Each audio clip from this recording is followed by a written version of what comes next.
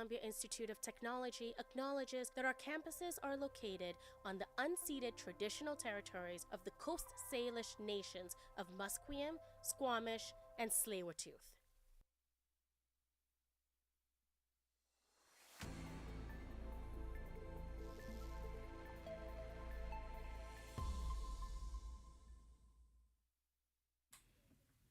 Good afternoon. I'm Jacqueline Tsung, and here are your news headlines at 3:30. Fire bans will be in full effect across BC starting tomorrow as unusually warm weather continues. Our reporter Tatiana Rowe has more on what the restriction means for British Columbians. Fire bans are being implemented across the province after record-high warm weather sparked 10 wildfires in 24 hours. Vancouver is a part of the coastal fire region where the ban includes all open fires, including campfires. According to Fire Information Officer Julia Caranci, 100% of wildfires since April 1st have been human-caused, and these measures are important to prevent more. We can take some steps, such as prohibition, that may assist us in reducing some of our human-caused wildfires. All fire bans start tomorrow, May 7th at noon, with at least a $1,500 ticket if found violating the ban. Tatiana Rowe, BCIT News. 12-year-old Maya Gabala has undergone a successful surgery to repair her fractured skull after sustaining serious injuries in the Tumbler Ridge mass shooting earlier this year. Gabala's father said in a post on social media that the surgery was successful and there were no visible signs of an infection that had previously slowed her recovery. But he says his daughter continues to experience fluid buildup in parts of her brain, although the family is hopeful she will not need more surgeries. Maya Gabala was shot 3 times in the February 10th attack that saw 8 victims killed by a shooter at multiple locations, including the local secondary schools. Prime Minister Mark Carney is keeping his plans close to his vest on how he will go about making his picks for the Senate. 9 seats are vacant at the moment, and another 6 senators are set to retire later this year. Carney says he plans to fill the vacancies. We will be appointing senators in due course, and I will take into account the advice of the Independent Advisory Committee that was established by my predecessor. Some senators are worried Carney might abandon the independent appointment process created by former Prime Minister Justin Trudeau when he pledged to end cronyism. Manitoba Premier Wab Kinew says he is prepared to keep the legislature sitting through the summer in order to pass a budget bill. The bill is expected later this week and includes changes announced in the budget, such as a cut to the sales tax on some food items. The opposition Tory says they won't pass the bill quickly until income tax cuts are added. In question period, Kinew told the Tories he is ready for a long summer.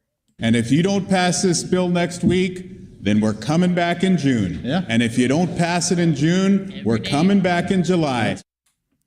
The government and opposition are also at odds over whether the government can enact its tax cuts on July 1st as planned, even if the bill doesn't pass by then. It is the Canadian Mental Health Association's 75th annual Mental Health Week. This year, their campaign aims to make connections and raise awareness for mental health. Reporter Blake Granham speaks on the challenges Canadians with mental health face.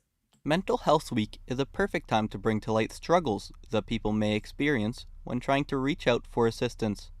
According to the Canadian Mental Health Association, millions of Canadians don't get the proper care they need. Sunward Journey's clinical director, August Wombold, stated that universal healthcare is only neck down. Honestly, given the world we live in, it kind of depends on how much they're able to spend on their mental health, as sad as that answer is. Mental health in Canada only receives, on average, 6.3% of the healthcare budget, roughly half of countries such as Germany and France, offering fewer affordable alternatives for Canadians. Blake Grantham, BCIT News. The UN Health Agency says 2 patients with hantavirus and 1 suspected infection were evacuated from a Dutch cruise ship following a deadly outbreak of a rare infection on board. Two of the patients arrived at Amsterdam's airport Wednesday evening and were driven off in ambulances. The third patient was on a separate plane that got delayed. The ship departed from Cape Verde and headed to Spain's Canary Islands. The World Health Organization says 8 cases of hantavirus have been identified, with 5 confirmed by lab tests. 3 people have died. Argentine officials are investigating the origins of the outbreak. They say the government's leading hypothesis is that a Dutch couple contracted the virus during a bird-watching outing before boarding the cruise ship. The U.S. military fired on an Iranian oil tanker as President Donald Trump threatened Tehran into reaching a deal to end the war. The military said in a social media post that a fighter jet shot out the rudder of the tanker Wednesday in the Gulf of Oman as the vessel tried to breach the American blockade of Iran's ports. The attack occurred as Iran and the U.S. are officially in a ceasefire. Trump threatened Tehran with a new wave of bombing if a deal is not reached. That includes opening the critical Strait of Hormuz. The president posted on social media that the 2-month war could come to an end soon. Commerce Secretary Howard Lutnick testified behind closed doors on Capitol Hill today after facing months of criticism over conflicting accounts about his relationship with convicted sex offender Jeffrey Epstein. Several Democrats are now accusing Lutnick of being dishonest in his testimony and renewing their demands for him to resign. ABC News' Jay O'Brien has the latest. According to a source familiar, Lutnick told the committee that he met with Jeffrey Epstein in 3 different instances. One was a short tour of his home in New York. Another was a meeting in 2012 at Jeffrey Epstein's island. That came notably after Jeffrey Epstein pleaded guilty to sex crimes in 2008. And then the third was when he and Epstein met to discuss scaffolding in Epstein's foyer. But Lutnick characterized him as not having a friendly relationship with Jeffrey Epstein. Media mogul and CNN founder Ted Turner has died at the age of 87. His company, Turner Enterprises, says the television pioneer died Wednesday. Turner started the first 24-hour all-news television network in the 1980s. ABC's Lindsay Davis says Turner was also vocal about issues he cared about. Turner was also a famed environmentalist and philanthropist, pledging $1 billion to create the UN Foundation and establishing the Turner Foundation to protect air, water, and land. Are we going to make the right choices that will allow us to exist for another million years here on this beautiful paradise of a planet that we're on? Or are we going to turn it into a desert? Today is International No Diet Day. It is a day to focus on body positivity and rejecting diet culture. Our reporter Leslie Rose has more on the harm that dieting is bringing to young people. Today is International No Diet Day. It's a day to combat diet culture and focus on body positivity. With May being Mental Health Awareness Month, it's an important time to spread the message. According to Mental Health Research Canada, 1 in 4 people with anxiety and depression are at risk of having an eating disorder. Jennifer Dagnall, lead of the recovery space at Looking Glass Foundation, says that dieting can lead to people becoming unhealthy in more than one way. Diets can be tricky, especially for young people, and it can lead to unhealthy relationships with food, body images, and impact people's physical and mental health. Dagnall encourages others to look beyond the idea that thin equals healthy. Leslie Rose, BCIT News. A new finding from Statistics Canada shows more millennials live with their parents than baby boomers did at the same age. Statistics Canada says the proportion of millennials living with their parents was highest in Toronto and Vancouver. And in weather, it is clearing late this afternoon with a high of 18. Tonight we drop to 11 degrees with increasing clouds through the night. It stays mostly cloudy tomorrow with some clearing in the afternoon. The daytime highs will continue to hover at around 18 degrees.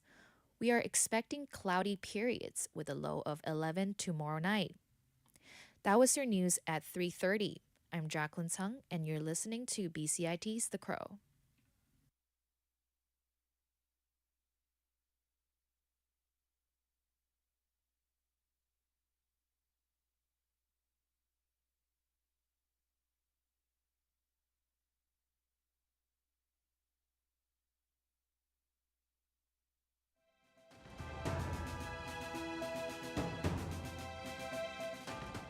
Stay tuned for more on BCIT's 1680 The Crow.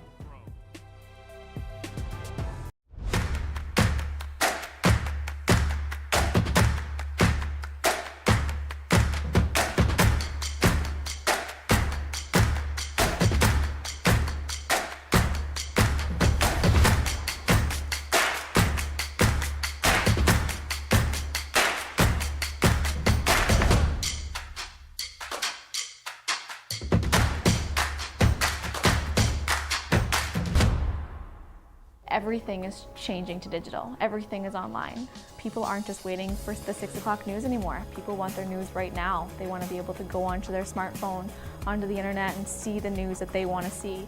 Vancouver is growing at, a really rapid rate, the Lower Mainland even, and with the tools that we're given here, we're able to cover all of that. Welcome to BCIT Magazine. I'm Radhika Sikakane. In the program, they really leave it up to you. I mean, the help is there when you need it, figuring out how to use the programs like Premiere, Audition, and figuring out how to use the cameras. But it's up to you to sort of experiment and figure out what you can do when you go out in the field. They brought candles and flowers to remember the student who lost her life yesterday. Teresa May says the international community condemns Moscow. They really make sure that you know the basics and you are able to put out a quality product. I'm Brady Tretnero. And I'm Radhika Sikakane. Thank you for tuning in to BCIT Magazine.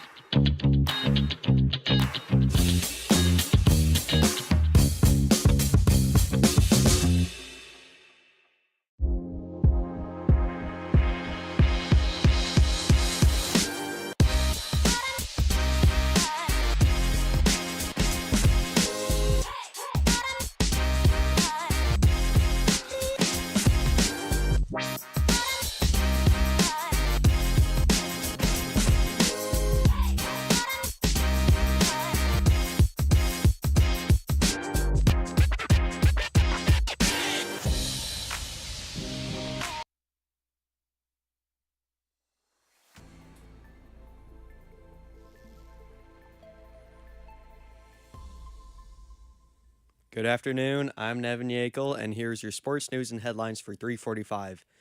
In soccer, despite rumors of moving, along with protests and other distractions, the Vancouver Whitecaps are having a great start to the season, currently sitting at second in the MLS, only behind San Jose. After losing the finals last year, they've bounced back and have a record of 8-1-1. However, players and fans alike don't know what the future will hold, as talks of moving the team to Las Vegas are heating up. In the NHL, the Canucks' hunt for a new general manager still continues. Brad Treliving, most recently GM of the Leafs, is one of the names currently circulating around, but details are still scarce as to who will get the job ahead of the draft. What we do know is that Canucks president of hockey operations, Jim Rutherford, is searching for his own replacement, as he will be stepping away from day-to-day operations after the draft. More on the Canucks, the NHL draft lottery was last night. Vancouver went in with the best chance of winning, but despite the odds dropped to third. As Robbie Parker reports, some fans are up in arms about it. Pick 3 it will be for the Vancouver Canucks, even though they held the best odds to draft first overall. The Canucks were jumped by the Toronto Maple Leafs, who are now picking first, and the San Jose Sharks, who now hold the second overall pick. This left Canucks fans like season ticket holder and lifelong fan Brandon Smith not shy when expressing his outrage. It's absolutely ridiculous. The Canucks curse lives on, clearly, and I personally think is a little bit biased towards the, Toronto Maple Leafs. This sentiment seems to be shared throughout most Canucks fans, as the Toronto Maple Leafs last missed the playoffs in 2016, where they won the lottery to select Austin Matthews first overall. Fans will have to pivot, though, as the draft is just over a month away, and the Canucks still don't have a general manager. Robbie Parker, BCIT News. Around the league, the Anaheim Ducks will look to tie up their series against Vegas tonight to make it 1-1. The Ducks have not made it to the Western Conference Final since 2017, and the only thing in their way is the Golden Knights. Buffalo and Montreal will face off today at 4, the first game of the series. This year marks the Sabres' first playoff appearance since 2011, and the game tonight will be their first second-round appearance since 2007. Robert Hing may live in Calgary, but he's a diehard Montreal Canadiens fan. As other Canadians look to Montreal as the last Canadian team still in the playoffs, Hing is enjoying watching his team's run. Hing traveled to Montreal for the narrowly lost Game 6 against Tampa Bay, and then watched the winning Game 7 from a Montreal pub. Yeah, everybody watching was just living and dying on every single play. It felt like the last-ditch effort to try to clear the puck, but was for 8 minutes straight. It was insane. The Canadiens play in Buffalo tonight, and it will be their first second-round appearance since losing the Cup Finals in 2021. In football, the NFL is working towards a deal with its referees union to avoid using replacement officials. Reporter Gethin Coolbaugh has the details on the agreement.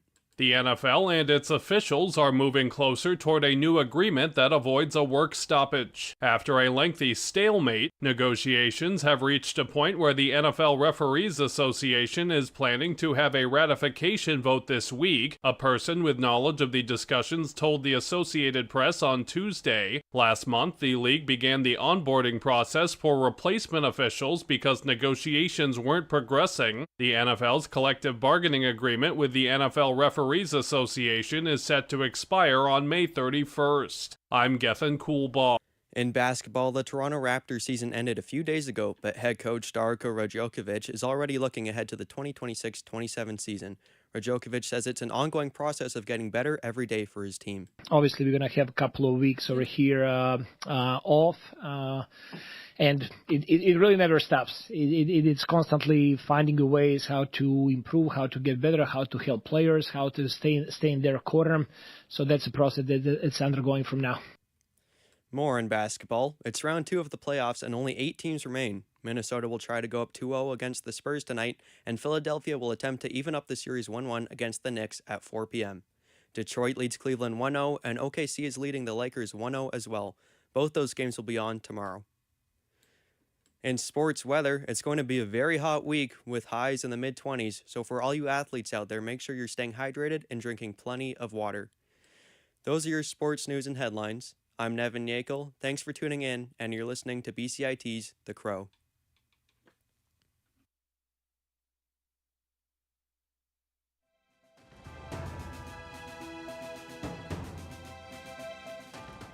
Stay tuned for more on BCIT's 1680 The Crow.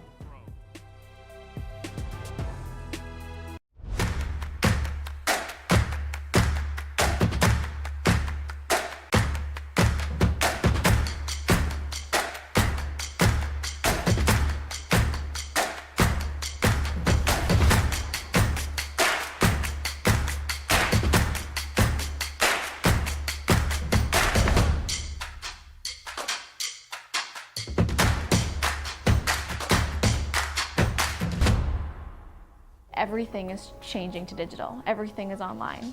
People aren't just waiting for the 6 o'clock news anymore. People want their news right now. They want to be able to go onto their smartphone, onto the internet, and see the news that they want to see.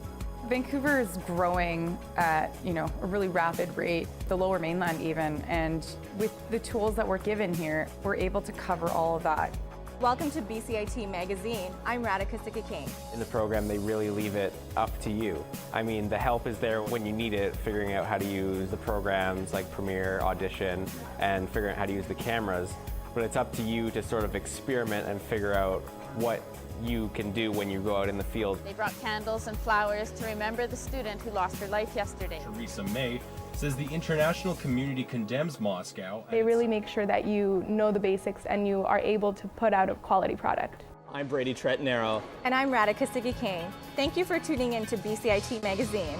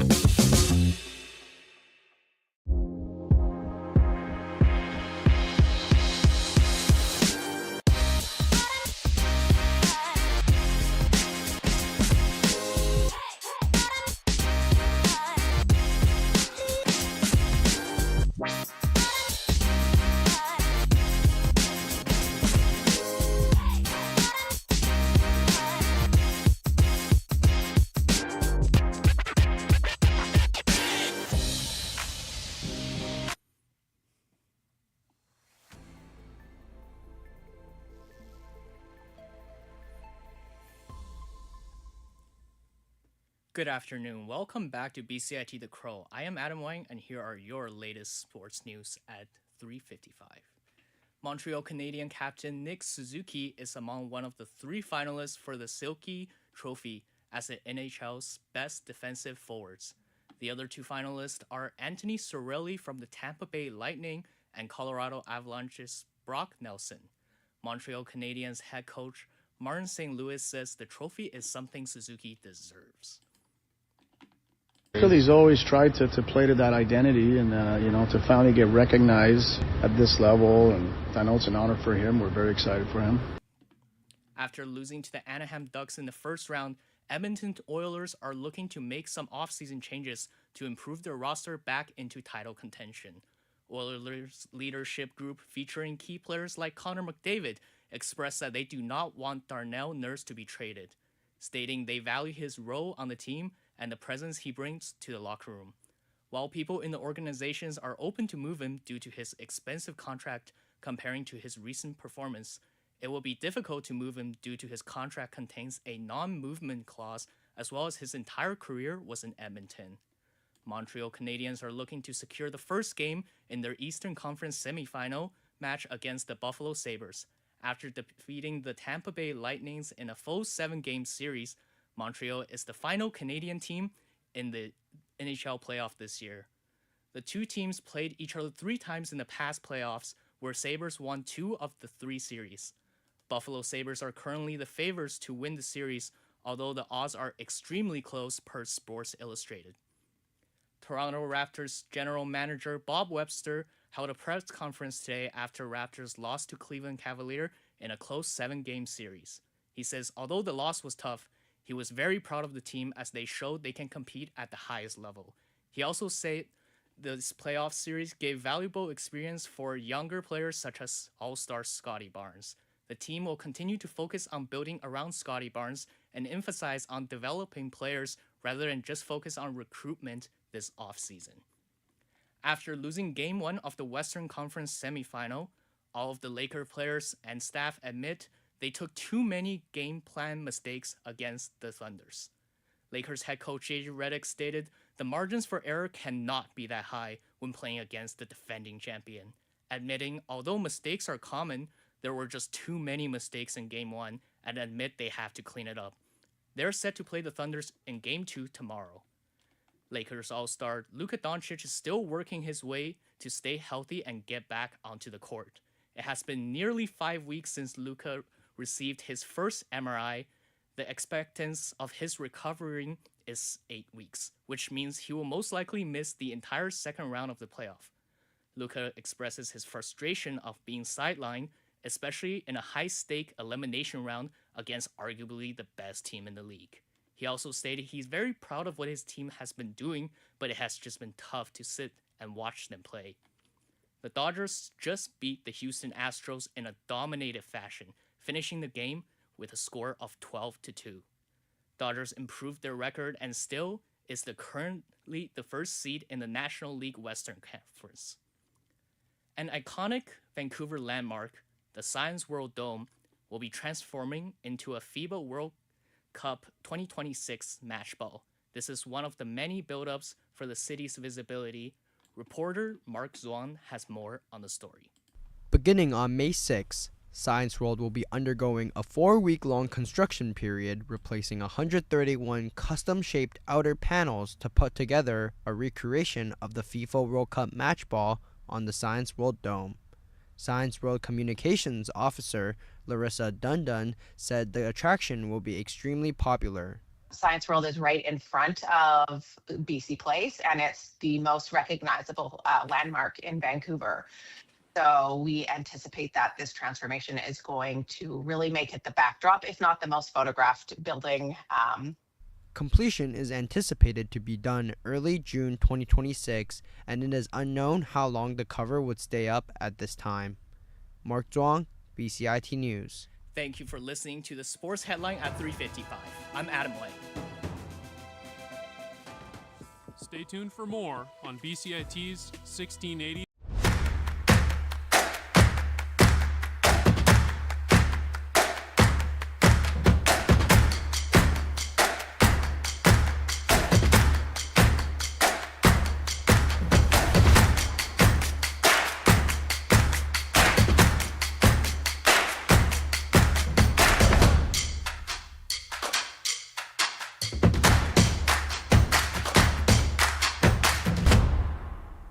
everything is changing to digital. Everything is online.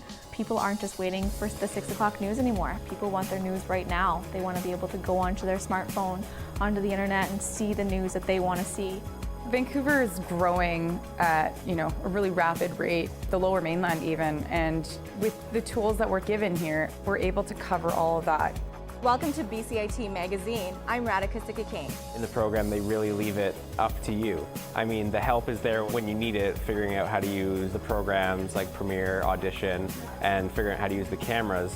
But it's up to you to sort of experiment and figure out what you can do when you go out in the field. They brought candles and flowers to remember the student who lost her life yesterday. Theresa May says the international community condemns Moscow. They really make sure that you know the basics and you are able to put out a quality product. I'm Brady Tretanero. And I'm Radhika Sikakane.